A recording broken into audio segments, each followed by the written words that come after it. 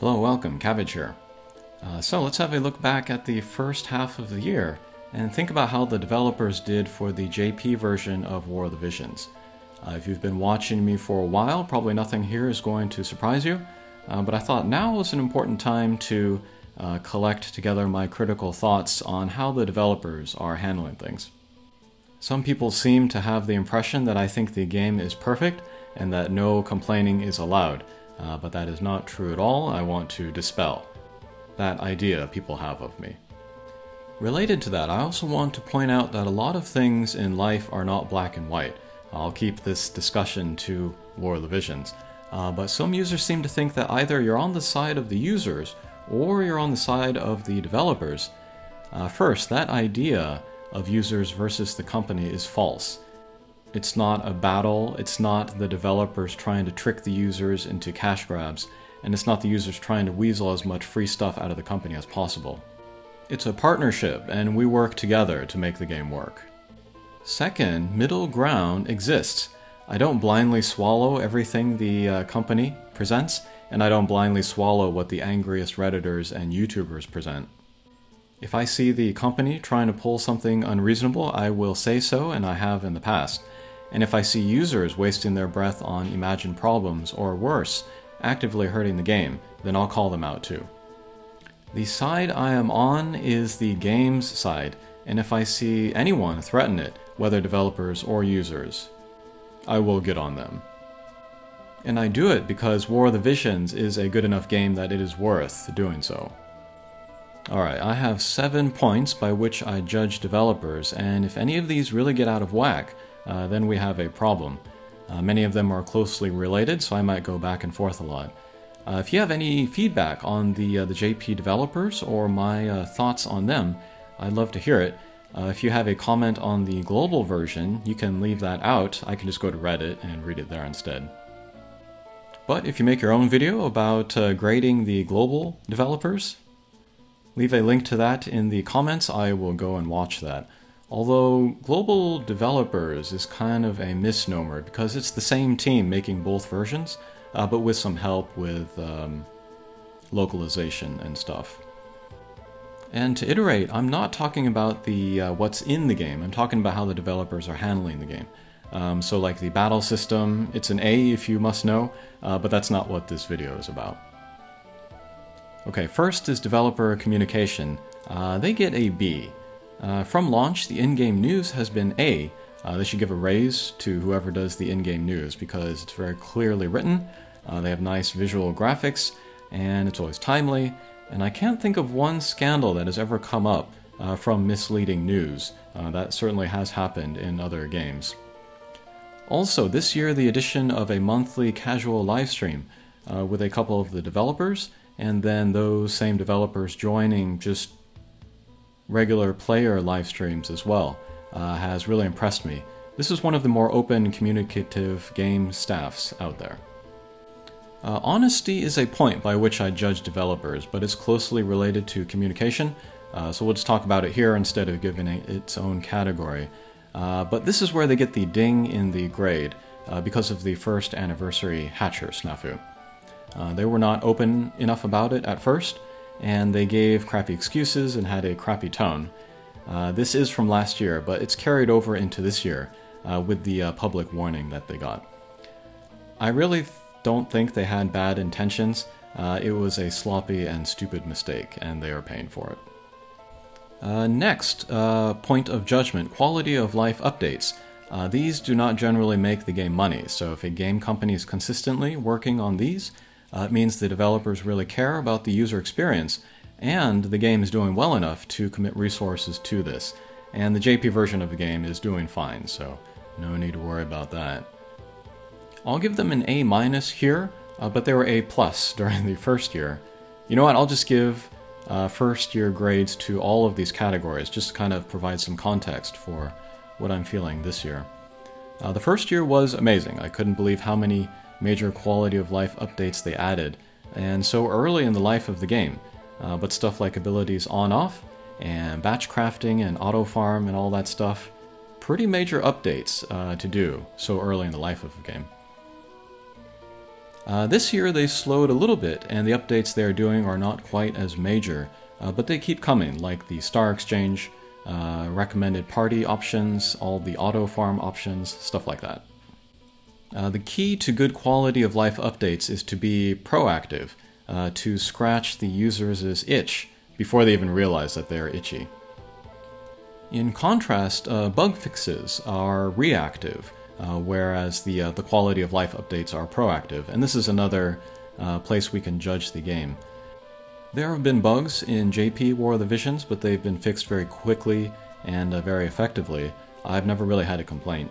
And extended maintenance has happened very rarely. They get an A both for the first year and then this year. And A does not mean no bugs, because that's impossible. A means they fix them quickly and completely. Next is Rewards Generosity, and I'll give them a B for the first year and then a B- for this year. It has gone down a bit. B is actually close to optimal. If I felt the game was A+ as far as rewards, I would start to worry about the game's ability to make money. Games got to make money or we don't have a game. War of the Visions is generous compared to a lot of games, but it will not give you a whale account for free. By comparison, when I played FFBE around the 1 year or 2 year mark, I give that time a D- for generosity. That was a miserly game. Next is the cost of the game, and this is a hard one to grade for a number of reasons. Is the game above average expensive? Yes. But do I feel like I'm getting my money's worth? Yes. And then, is the game very doable for free-to-play users? Yes. And is power creep and game balance good enough that I can use characters from a year ago or longer and still compete in high-level PvP? Yes. So how the hell do I grade this? I'll give it a C for the first year and then a C- for this year. And I'll base it on the cost 100 units and what they're doing with them. From day one, I didn't like the cost 100 units. And when a little time passed and I understood how expensive the game was just to stick to cost 80 units, then I liked them even less.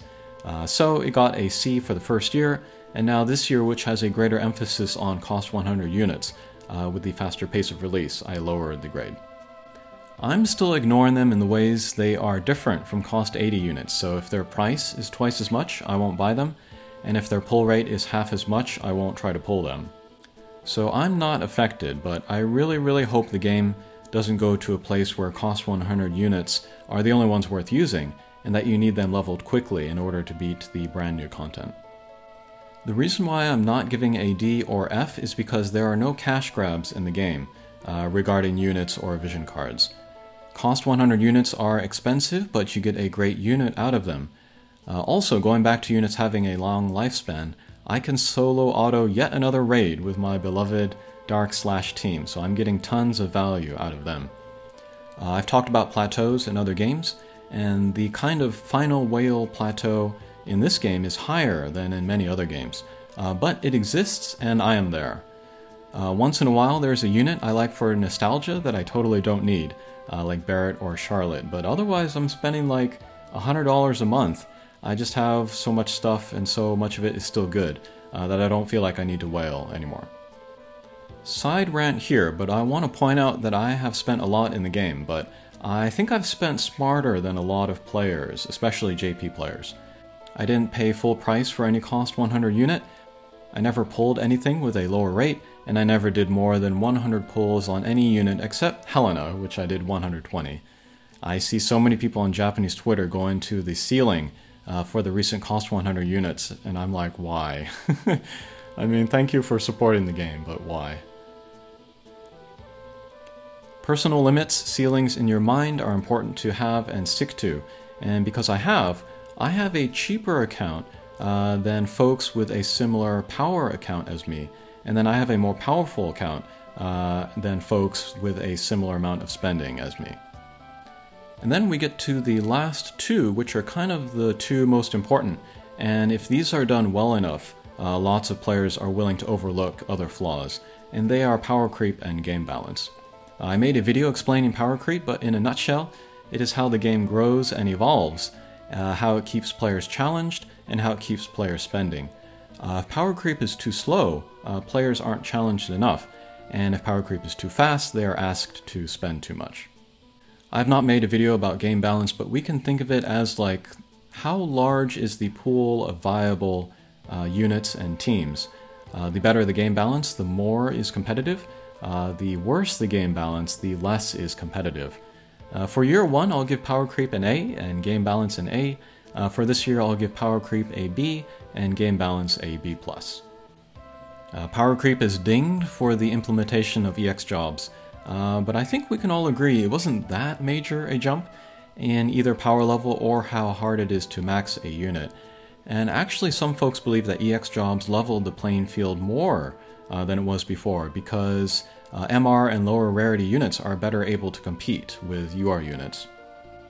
I think net overall it is harder to take a unit to 120 than it was to take a unit to 99 pre-EX jobs, but they give out so much more now that it feels similar. For PvP, 99 units are of course not as good as 120 units, so it gets a B. But for power creep in PvE, the game keeps its A. You can still beat most of the content with 99 units. Game balance, I gave a higher score in B+, and I would maybe even give it an A-, except for stumbles like Yuna, Dwayne, and Helena, who are a little too powerful. But the game, the JP game where it is now, is really working towards making newly released units more balanced. But the game is still pretty amazing balance-wise compared to many other games, to say nothing of other games with PvP. There are counters to Yuna, Dwayne, and Helena available to everyone, even free-to-play users, and I still feel very able to use my favorite units or old units or underrated units in any game mode, including PvP, and I love that. I think this is a sign of balance being maintained.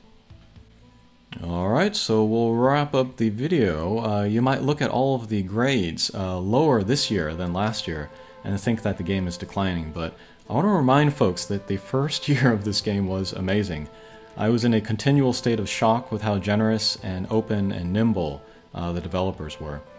That can't last in any long-running mobile game, but apart from the first anniversary snafu and the follow-up warning, things have been pretty good this year. The developers' push for cost 100 units and increasing the cost of the game did not sit well with the JP community, so that was another scandal, another bump in the road. But operationally, the game is solid, with few bugs, fixed quickly, good news, generosity with rewards, and proactive quality of life updates. And maybe most importantly, power creep and game balance staying fresh and fun. Overall, I'll give the game a B+, above average, but the first year it was an A. But to be clear, there are some games that would never reach B+, much less A in the entire run of their game, so yeah. War of the Visions is special, I want to stress that. They're doing a good job. Okay, that'll do it for this video. Thanks for watching, and we'll see you again. Take care.